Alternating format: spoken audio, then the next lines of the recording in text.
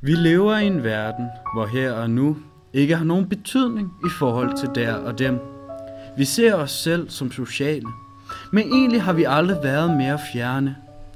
Gennemsnitligt bruger en dansker i 2013 3,5 time på at se fjernsyn. 20% af vores samlede internetforbrug blev brugt på sludresites som Facebook og Instagram. Hvad blev der nu ud? Den æstetiske og livsbekræftende hverdag. De små øjeblikke, vi deler med de tilstedeværende, og ikke sociale medier. Har du det ligesom tusinde af andre? En følelse af mangel på nærvær i din hverdag? Venner, der udnytter frokostpausen på at tjekke de sociale medier, frem for at snakke med dig? Har du et brændende ønske for bare at kunne nyde en samtale uden forstyrrelser?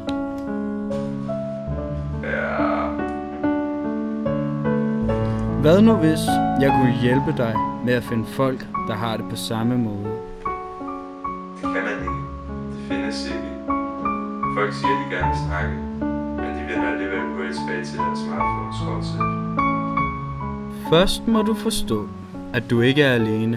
Du mangler blot det rette værktøj. Det værktøj, du egentlig ser som en af hovedfjenderne i forhold til denne problematik. Smartphone.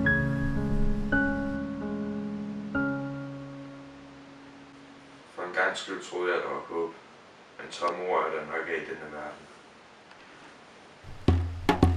Appen hedder Teletalk. Det er din vej ud af mørket.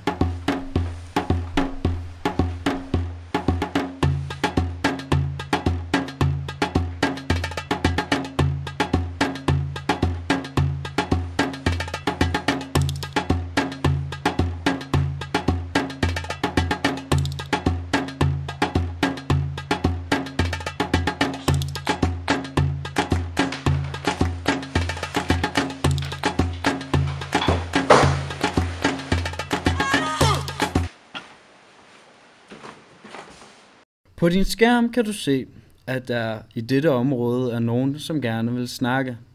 Det indikerer den blå plet.